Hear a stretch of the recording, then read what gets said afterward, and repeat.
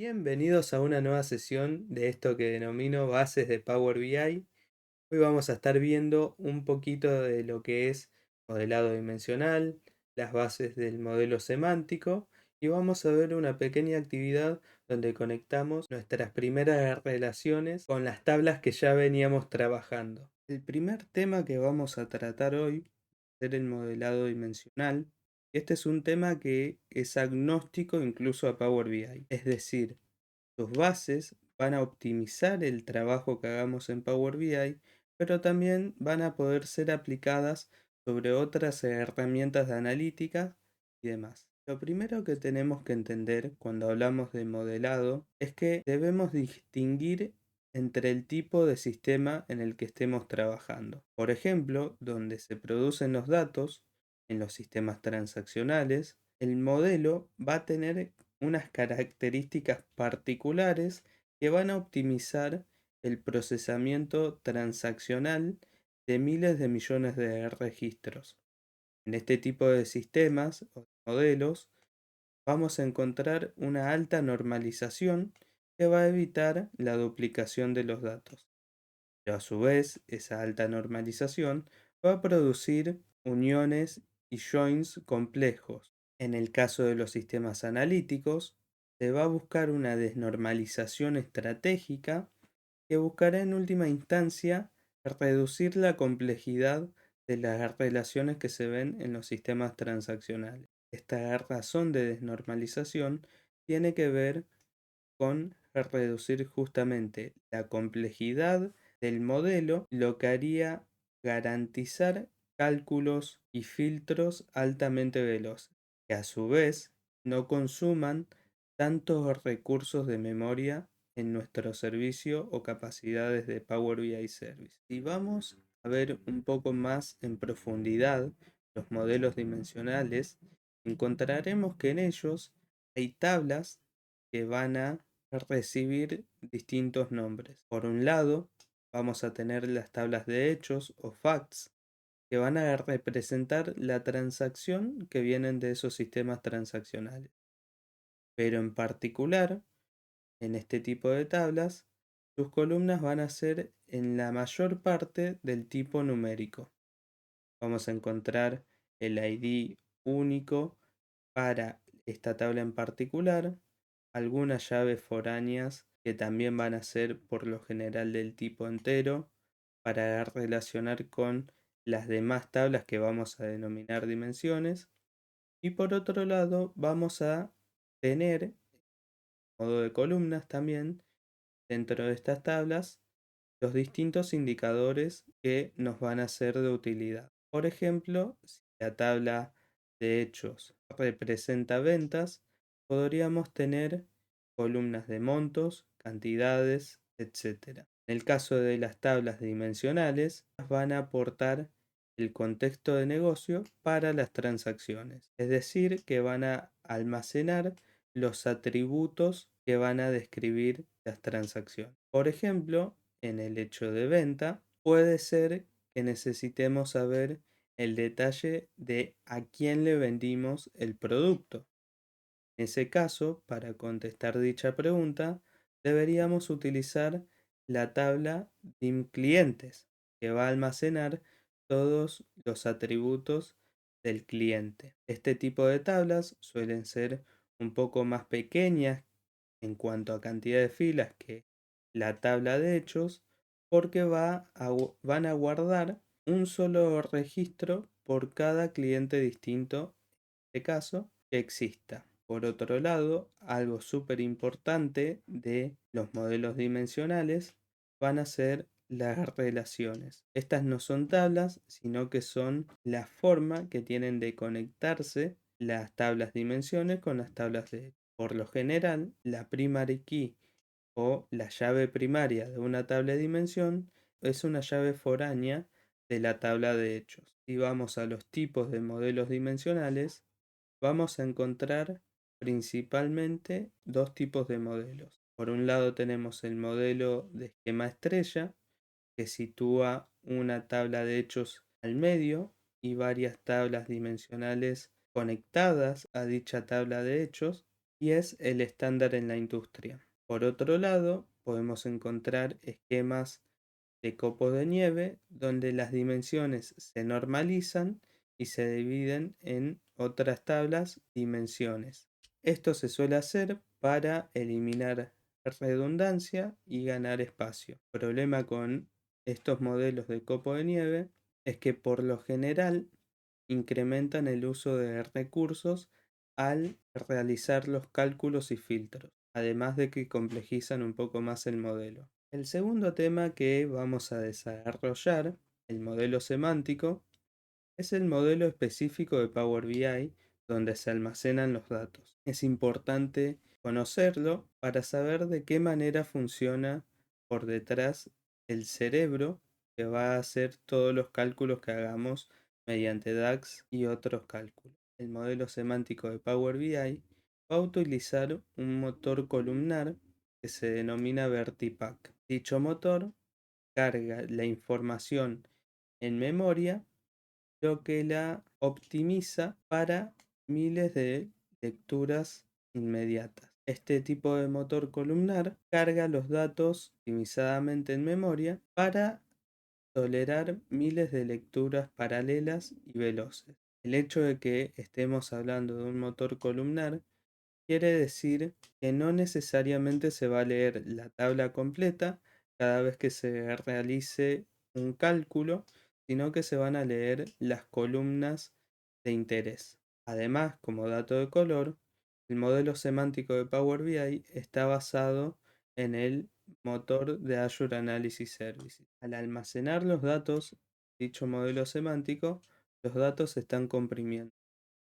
Según el tipo de dato de columnas, se puede hacer una codificación por diccionario donde el motor Vertipack crea índices lógicos que van a contener valores únicos y los asocia a algunas llaves numéricas. Por ejemplo, si tenemos una columna de texto como país, en vez de almacenar muchas veces nombres de países como Argentina o Paraguay o Uruguay, se almacenan las llaves numéricas definidas en el diccionario. En el caso de otros tipos de datos, se utilizan otros algoritmos de codificación. Algo importante es que esta codificación por diccionario solo va a suceder para las columnas de tipo de datos de texto. Dentro de los modelos semánticos vamos a encontrar tablas, vamos a encontrar medidas que van a ser cálculos analíticos que se van a evaluar dinámicamente al momento de consultarse, las relaciones que van a conectar nuestras distintas tablas de hechos y dimensiones de manera que van a ayudar en la propagación de filtros. Vamos a encontrar también dentro de las tablas las columnas que van a ser los campos físicos que se van a comprimir dentro del motor de Vertipack. Vamos a encontrar grupos de cálculo que van a ser estructuras para evitar duplicar lógica DAX. Por ejemplo, nos van a servir mucho para crear patrones que podamos evaluar con distintas funciones de Time Intelligence. Y además vamos a encontrar parámetros de campo que nos van a permitir cierta interactividad dentro de nuestros visuales finales, permitiéndonos elegir interactivamente los campos o indicadores que necesitemos. Te interrumpo un segundo, primero para agradecerte el haber llegado hasta esta parte del video y por otro lado pedirte que si te gusta el contenido, te suscribas, lo compartas y likees y también dejes tus dudas ahí abajo o ideas para nuevo contenido. Bien, ahora lo que vamos a hacer a partir de las prácticas que habíamos hecho anteriormente y de las tablas que ya habíamos cargado en el modelo semántico es generar las relaciones entre ellas antes de pasar a lo visual y a construir nuestras medidas dinámicas. Bien, acá tenemos nuestro Power BI Desktop. Yo lo que voy a hacer para hacerlo un poco más dinámico es ir al apartado de la vista de modelo y acá voy a ver las distintas cajitas donde cada una de ellas va a representar a una tabla distinta. En mi caso, yo ya sé que la tabla de sales va a ser mi tabla de hechos, porque va a ser la que registra todas las ventas. Voy a tener por un lado la tabla de producto, que va a ser una dimensión, en mi caso, la tabla de store o de tienda, que va a ser otra dimensión, y la tabla de customer o vendedor, que va a ser otra dimensión. Adicionalmente, tengo la tabla de date, que es la tabla de fechas, que también la tomamos como otra dimensión. Entonces, lo que tenemos que empezar a hacer ahora es relacionar esta tabla de hechos con las distintas dimensiones. Ustedes van a ver que dentro de cada cajita van a encontrar distintos, distintos nombres. Estos nombres van a ser los nombres de las columnas que van a tener nuestras tablas. En el caso de la relación de product con la tabla sales, yo voy a buscar la columna que se llame product key. Fíjense que acá ya la localicé en la tabla de sales y acá también la localicé en la tabla de product.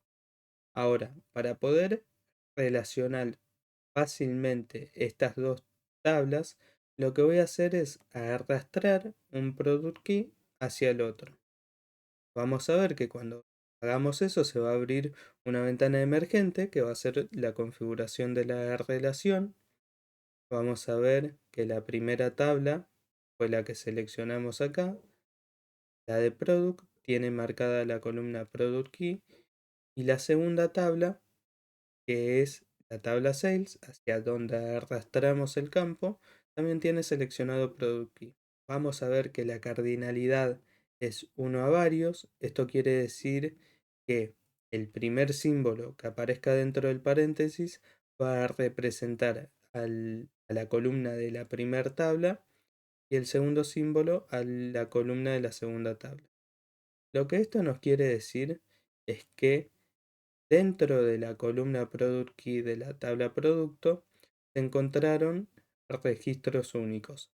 Es decir, este key o este ID 29 aparece una sola vez. Y este asterisco, que significa muchos, quiere decir que dentro de la columna Product Key de la tabla Sales se encontraron muchas coincidencias.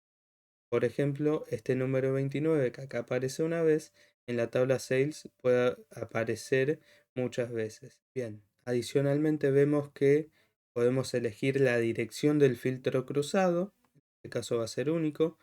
Esto lo que quiere decir es que una tabla va a filtrar a otra, siempre que hay una relación uno a muchos, la tabla del lado 1 va a filtrar a la tabla del lado muchos.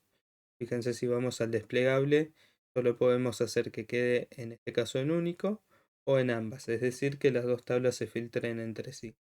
La buena práctica siempre nos va a decir que la tabla dimensional, en este caso producto del lado 1, va a filtrar a la tabla de hechos, que es la tabla sales del lado mucho. Y por último indicamos si activamos o no esta relación. Nosotros la dejamos aquí. Le damos a guardar. Ya vemos, esto lo alejo un poquito, tira ahí un poquito. Vemos que ya se creó la relación entre nuestras dos tablas. Fíjense algo interesante. La cardinalidad la vemos representada visualmente con el 1 al lado de la tabla de product y el asterisco del lado de la tabla sales. Y además tenemos una flechita que va en dirección de product a sales. La flechita va a ser la dirección del filtro cruzado. Entonces ahora vamos a hacer lo mismo con las demás tablas. Vamos a buscar en Store el Store Key y en Sales el Store Key. Perfecto. Yo voy a arrastrar desde Store hacia Sales. Vemos prácticamente la misma lógica. Lo guardamos. Esto yo lo puedo contraer para que me quede incluso más chico. Ahora lo que podemos hacer es relacionar la tabla Customer mediante el Customer Key. A traer acá. Acá fíjense que seleccionamos mal porque se me soltó antes el mouse, vemos que estamos relacionando la columna Customer Key con Delivery Date. No es que tenemos que salir de acá, cliqueamos simplemente la columna Customer Key y ya está. Le damos a guardar, yo también voy a contraer, la dejo un poco más abajo y por último vamos a relacionar nuestra tabla de fechas. Y acá vamos a tener una salvedad. Vamos a ver que por un lado tenemos la fecha del delivery, es decir, la fecha de la entrega, y por otro lado vamos a tener la fecha de la orden. En este caso, yo voy a relacionar para la venta por la fecha en que se emitió la orden. Entonces, puedo arrastrar este order date hacia la columna date. Y van a ver que en este caso aparece la cardinalidad al revés de lo que veníamos viendo, en este caso muchos a 1, porque la primera tabla que seleccioné fue la tabla de hechos. Acá le doy a guardar y ya está. Ahora lo interesante de esta tabla, de la relación entre estas dos tablas, es que tengo dos columnas de fechas en la misma tabla de sales y una sola calendario. A menos de que queramos usar la columna de fecha o alguna de estas descriptivas como mes, número de mes, etc. en alguna columna y necesitamos también trabajar con la fecha del delivery, lo que tendríamos que hacer es relacionar nuevamente las dos tablas, en esta oportunidad mediante la columna Delivery Date en la tabla de ventas. Y lo que vamos a ver es que no vamos a poder activar la relación. Esto sucede dentro de Power BI porque solo puede haber una relación activa entre dos tablas. Entonces, en este caso, yo voy a dejar la relación hecha pero apagada. En caso de que yo necesite crear un cálculo usando la fecha de la tabla date que haga referencia a la fecha de delivery date, voy a tener que usar alguna función dentro de DAX para activar esta relación de manera forzada. Bueno, la sesión de hoy estuvo bastante interesante.